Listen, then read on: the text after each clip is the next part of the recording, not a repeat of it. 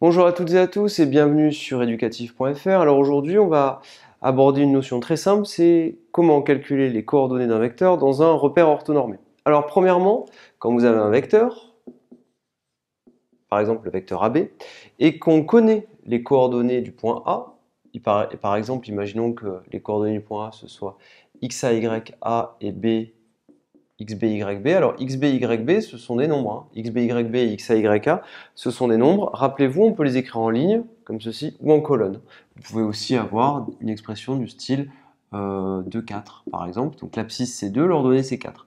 Le premier, c'est les x, le deuxième, les y, je vous rappelle. Ou alors en ligne, xa, ya. Vous pouvez l'écrire comme ça. Alors pour calculer les coordonnées du vecteur AB, c'est très simple. Vous avez une formule. Vous partez de la fin, vous écrivez ici et ici des moins, et la formule c'est xb moins xa et yb moins yk. Vous la prenez par cœur. Pour calculer les coordonnées d'un vecteur AB, imaginons qu'on vous donne les coordonnées de A et de B, vous écrivez des moins ici, xb, yb, vous écrivez la valeur, xa, yk, vous écrivez la valeur, et vous faites le calcul et vous aurez abscisse et ordonnée. Je vous le fais sur un exemple tout simple. Imaginons que A ce soit un point de coordonnées 1, 2, B ce soit un point de coordonnées moins 3, moins 4. Si on doit calculer les coordonnées du vecteur AB, on calculera xb moins xa, yb moins yk. Alors xb, j'écris combien ça vaut, j'écris moins 3 et moins 4, et xa, les coordonnées 1 et 2. Je fais mon calcul, moins 3, moins 1, j'obtiens tout simplement moins 4, et moins 4, moins 2, moins 6.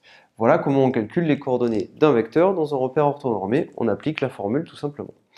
Attention, il se peut que des fois, on vous demande de calculer les coordonnées d'un vecteur dans un repère, mais juste sans faire de calcul, juste à partir du schéma. Alors, je vous donne l'astuce. Vous vous rappelez ici, j'ai un vecteur V, je veux déterminer ses coordonnées. Vers la droite, vous vous rappelez, c'est positif. Vers le haut, c'est positif. Vers le bas, négatif. Vers la gauche, négatif. Alors, vous partez du point de départ, de l'origine, ici. Vous comptez le nombre de carreaux pour les x. Un carreau, deux carreaux. Est-ce que je vais vers la droite ou est-ce que je vais vers la gauche? Alors, si je vais vers la droite, pardon, c'est un plus. Si c'est vers la gauche, c'est un moins. Donc ici, vous comptez deux carreaux, mais vous allez vers la gauche, négatif. Vous écrivez donc moins 2. Un carreau, deux carreaux. Je travaille sur l'axe des abscisses.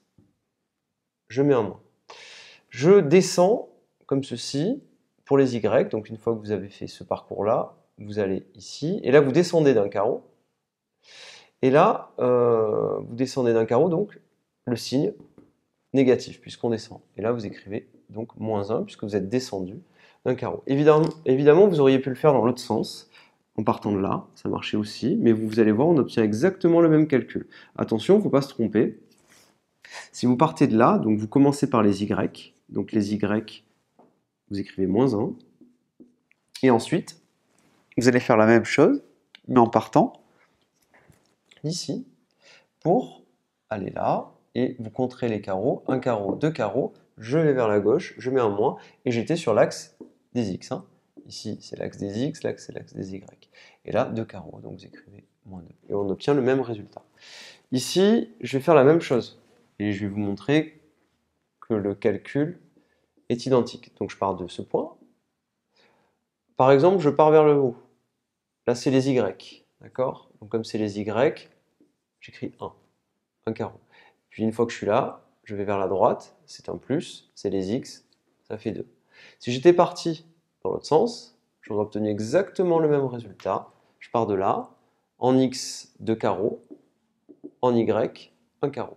Je vous conseille toujours de partir par les x, sur l'axe des abscisses, puis vers les ordonnées. Et on obtient le résultat. Alors, vous pouvez facilement retrouver ces calculs, c'est tout simple.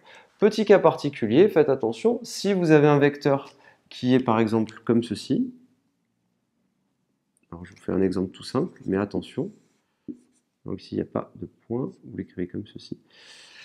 Et bien dans ce cas-là, si je fais le calcul, le vecteur qui est là, le vecteur u, alors je fais mes petits calculs, je pars de ce point, je vais vers celui-là, vers la droite, donc en x, ça me fait 2 carreaux, mais en y, il n'y a pas de carreau, donc j'écrirai 0. Voilà. faites très attention, vous pouvez avoir la même chose dans votre cas. Je vous remercie et à très bientôt sur educatif.fr. N'oubliez pas de vous abonner. Par contre, pour la suite, on va faire un petit exercice qui utilise un petit peu ces notions, donc je vous engage à regarder la vidéo suivante. Je vous remercie et à très bientôt sur Educatif.